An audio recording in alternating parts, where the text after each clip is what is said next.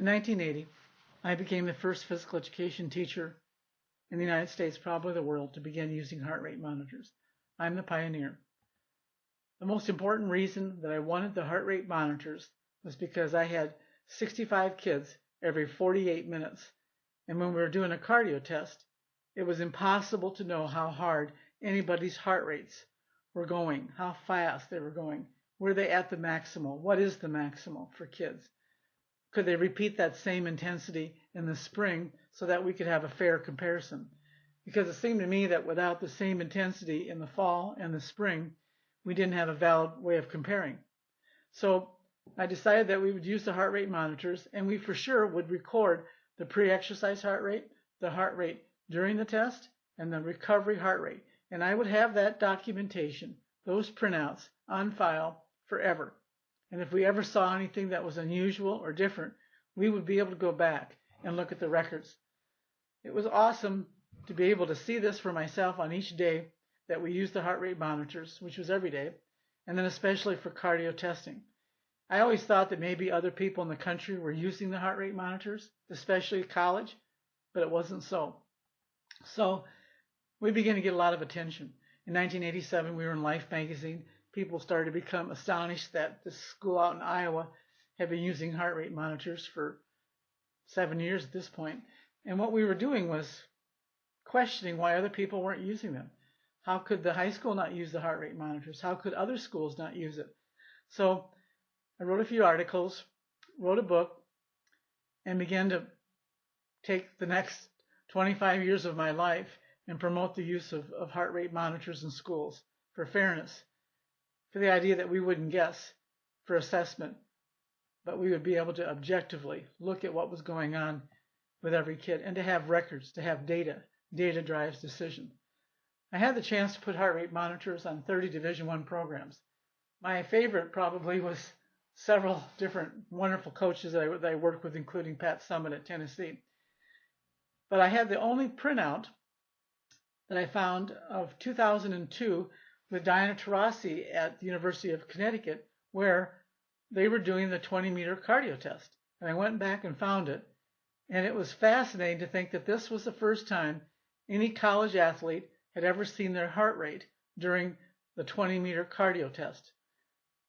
And I want you to remember this slide right here, because as I show you the cardio test revolution, as it happened, first of all there, but really for school districts, it happened in Grundy Center, Iowa, with Rick Schubach and my darling grandson Jalen in Grundy Center, Iowa.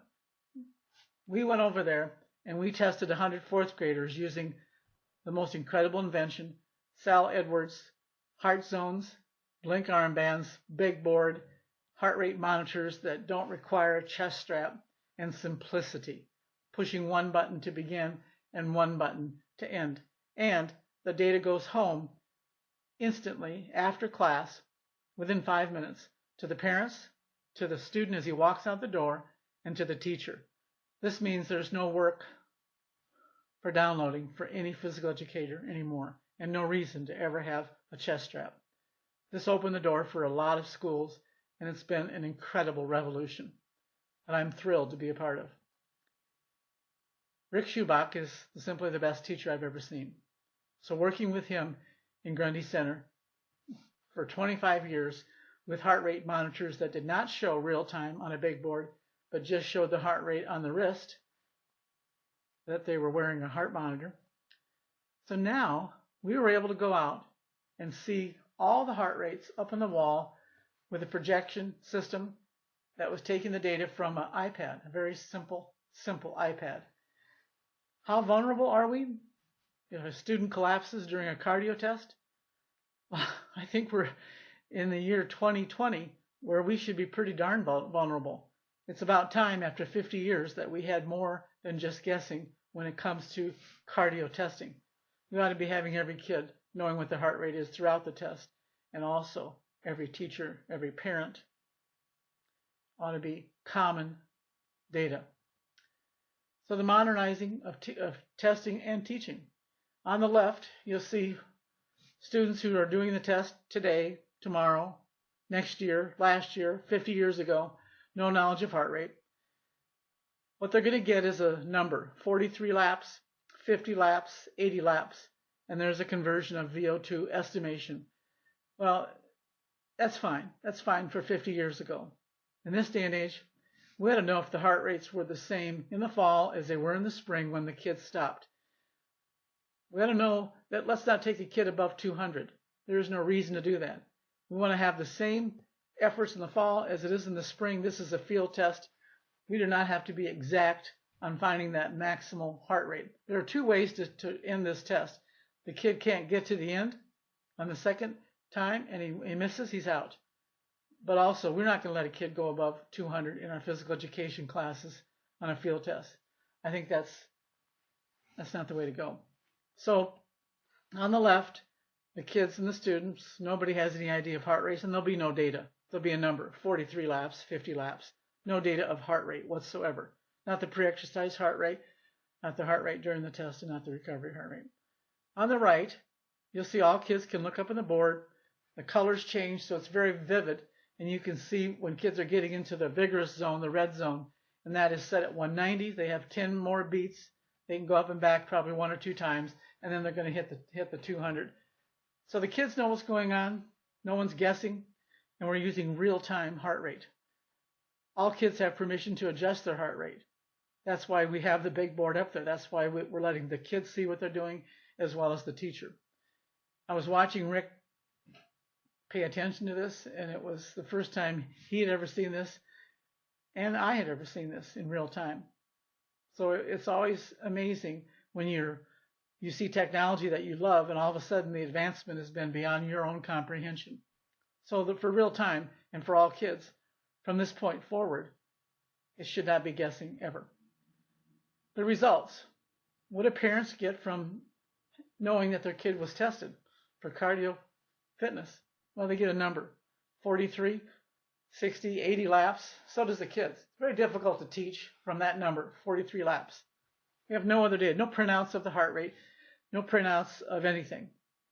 And so we don't know if that kid was trying really hard, if his heart rate was 160 in the fall, if it was 200 in the spring, vice versa. The comparisons then are meaningless. The real results should be this. And this printout will go home to every kid every day that they have physical education and they wear the heart rate monitor, but in particular on the testing for cardio fitness, the 20-meter run. This is what the printout will include. It will include the pre-exercise heart rate, the heart rate during the test, and the recovery heart rate. And if you look at the yellow, which is the moderate zone, you'll see that's probably the most significant thing to look at when I show you several of the 4th graders that we tested on the couple days that we were there. This is not research. It's just information that we took in our testing protocol with heart rate monitors, visual evidence up on the big board for everybody, and the results. This is smart technology. You'll see the lowest heart rate is on that printout. The highest heart rate is calories, exertion points, and so forth. And you see the exact printout. And then it's broken down into blue, yellow, red, which is below the zone. Moderate is the yellow, and red is the vigorous. As Rick had the kids laying down, we were recording the pre-exercise heart rate using classical music. The kids that are sitting down there, they're the coaches for the kid. They're partnered up. Tomorrow, those kids will switch places. The partner is there to count laps and also to encourage and coach, and also to pay attention, to listen to the information, the teaching that Rick delivers. I don't know how many people spend time teaching during the cardio test, but if you don't have heart rate up on the wall, it's pretty hard to teach that. So the kids can see for themselves how low people can get their heart rate. And it's fascinating to see the differences. Now you see the printout of one kid's heart rate during that pre-exercise heart rate when they were laying there. We're going to see the evidence that we also were teaching in real time. Now they do a warm-up. Rick runs with them. They go slow. They're just trying to get warmed up, get the muscles warmed up. And this isn't a race. This is just to get going. Let's see what the heart rate did during that. Well, this kid went up into the moderate, which is kind of amazing. They weren't going very fast, and they're in 4th grade. But let's take a look at them when the test begins. Now the big board is showing lots of kids going into red, which is fascinating, and maybe one left in yellow. This is getting towards the end of the time. You'll see the kid during the 20-meter run. This particular kid did not spend much time in the yellow, and he recovered nicely, but he didn't spend very much time. So he's going to have not as many laps as somebody that has a better trained heart, which we're going to see. The recovery heart rate, once we've walked up and back, up and back, up and back about 3 times, the kids can then lay down and get a full recovery. What does that look like? Well, we'll see. Most people don't know what the recovery heart rate is off of a maximal test. Nobody's ever seen it in real time or on a printout. This data right here goes back to the parents, and we have now proved what was going on during the entire testing protocol. It should be automatic for everybody. Any college that is not teaching this in this day and age, you're teaching people like I was taught 45 years ago. That's irresponsible. This technology, especially with the needs of kids today, it should be individualized, and the records should be there for everybody to look at, fall and spring. Now we're using exercise science and technology to individualize cardio testing. Show me your data. If you look in a senior in high school, the data from physical education is essentially not there at all.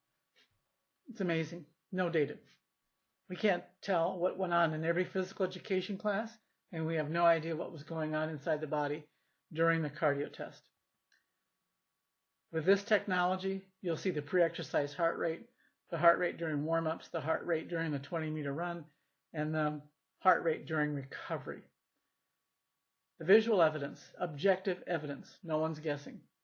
The data goes back to the kids, to the parents, to the teacher. You see for yourself, the kids see for yourself.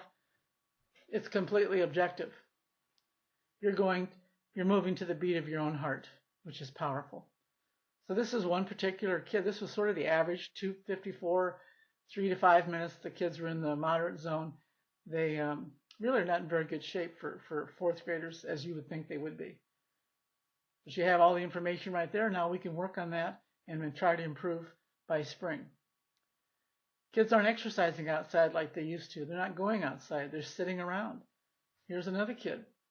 5 minutes and 12 seconds he was in the yellow, moderate, and then hit the red pretty quick. 3 minutes and 33 seconds. Another child, 4 minutes and 33 seconds. 5:52. Not bad. This kid will have a few more laps than the other kids. 3:18. 3:12. Here's a kid went 9 minutes and 11 seconds. This kid will have a lot of laps. This kid's in good shape. Minimum heart rate was 67 and he stopped at 196. So this kid is in real good shape. Another kid, 3:27. And the printout from the kid whose heart rate data really demonstrates a trained heart. You really hope that you're going to find a couple kids in each class that will show, well, what is the point of the cardio test? Beeping, beeping, beeping. All of a sudden it speeds up, speeds up, speeds up faster and faster and faster. How long can you go before you have to drop out? It increases it until you do drop out. For us, it's at 200. Well, look at that. He went through a long time through the blue even. He couldn't even get out of the blue. He's in such great shape, low heart rate. And then he gets into the yellow for 7:41, but he was in the blue for quite a while because it was, for his heart, it was just, he's in great shape. And then he has a good recovery. Minimum heart rate was 61. He peaked at 194. The visual evidence. You can take that visual evidence and now see what's going on. The parents are going to get this within 5 minutes. If your kid had PE at 9 o'clock, the parents are going to get this printout at 10 o'clock. By then, they'll know what went on in physical education. And we hope they show everybody at the bank, everybody at the insurance office, everybody that comes over for coffee. Look what they're doing in physical education. This is what my kid did today. Do you get this every day? Yeah, we do. This is sent home. Boy, things have changed in physical education. Have they? The big board, real-time PE, boxes changing, numbers changing inside the boxes. Looking up there, you want to see a lot of yellow in a normal physical education class, a lot of moderate to vigorous. But during the cardio test, you want them getting into that vigorous. for a short time, and they can see the heart rates, and then you have recovery as well. The next day, they'll have their printouts, and Rick will go over this and teach what we're trying to do with cardio testing, what it means. And the VO2 estimate will no longer be an estimate. It will be based upon heart rate, fall and spring. It means something when you have that data right in your hands, and it's your data. It's not some foggy notion. We're teaching exercise science, applying exercise science. We should. Physical education is the mind-body connection. We're teaching the whole child. Basic information. Smart technology to measure fitness and report results. Sal Edwards' Heart Zones has achieved simplicity, has achieved the visual, real-time evidence, and has taken the work out of doing this technology day after day with kids and for the teachers. It's simple and it's affordable.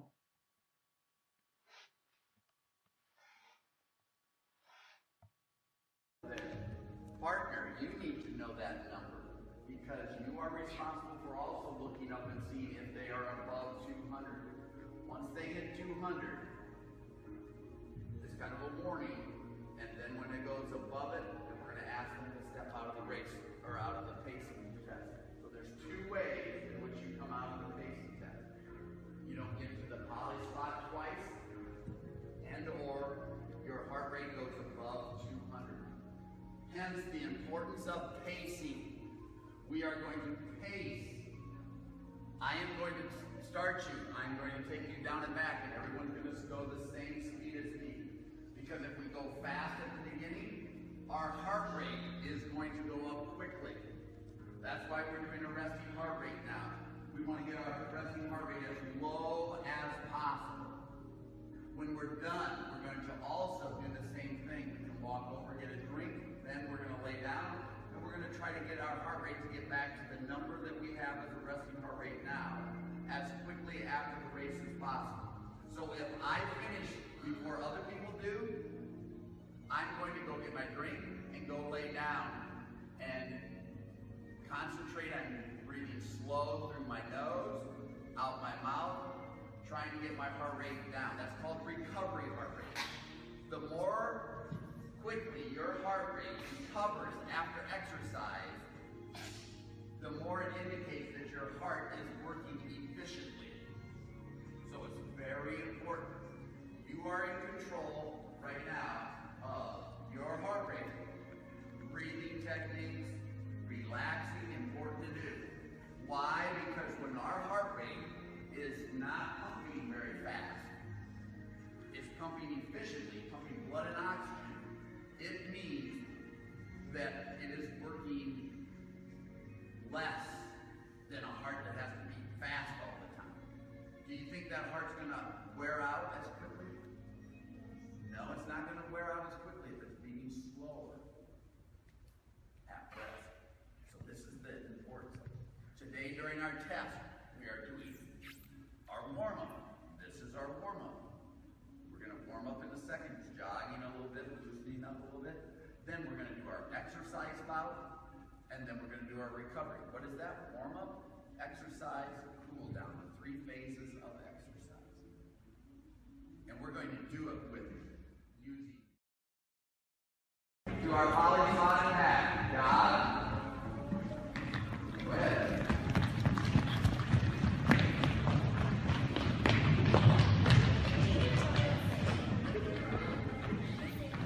On that.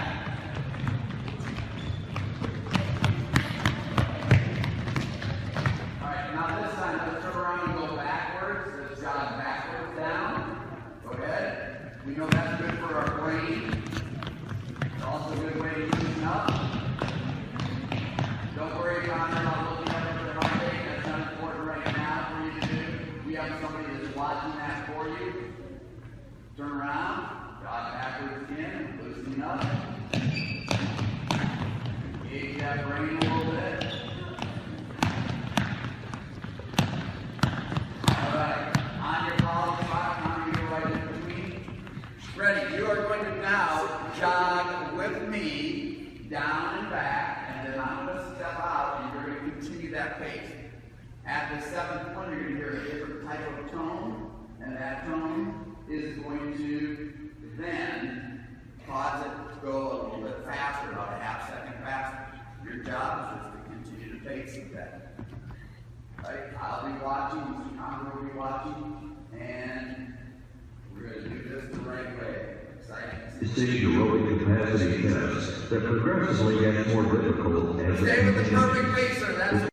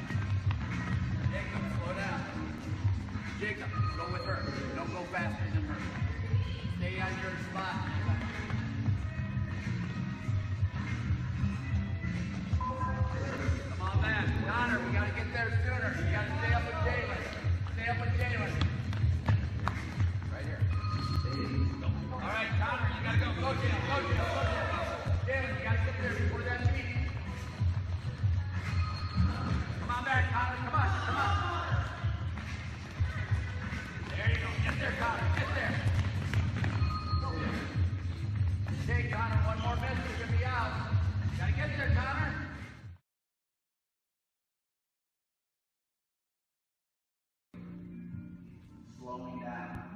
Why? Because you're in control of it.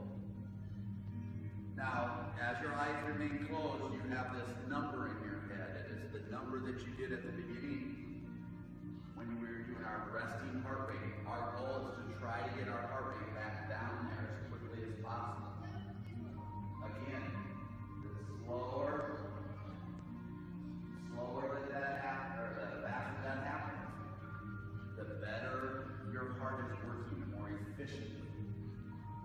See, our heart is a muscle and it responds to that exercise. And if it can pump blood and oxygen with one beat, but it pumps efficiently, and we get a lot of blood and oxygen to our body, then what happens is it doesn't have to beat as fast. Now think about that when you are resting at night and you're sleeping. If my heart is beating many times less than somebody else's, it's just like a car. It's going to wear out slower. It's going to have less miles. So let's say I could save my heart 100 beats a day. And then I could save my heart around 700 beats a week. And then imagine that week after week after week for every week of our life. How many beats we would be saving. So that's why we exercise. That's why we have everyday PE. So that you can make that heart stronger because it's a muscle. We use it. And then it's going to beat more efficiently when it's at rest. So right now, open your eyes, slowly look up there, and I bet you right now your heart rate's not back to that present. That's because we just did a vigorous exercise. But we're trying, I want you to look at it now as you're breathing. And I want you to consciously bring that heart rate down by focusing on your breathing. We're efficient movers. We're efficient users. We're going to use the blood and oxygen flowing through our body efficiently by concentrating and focusing on our breathing.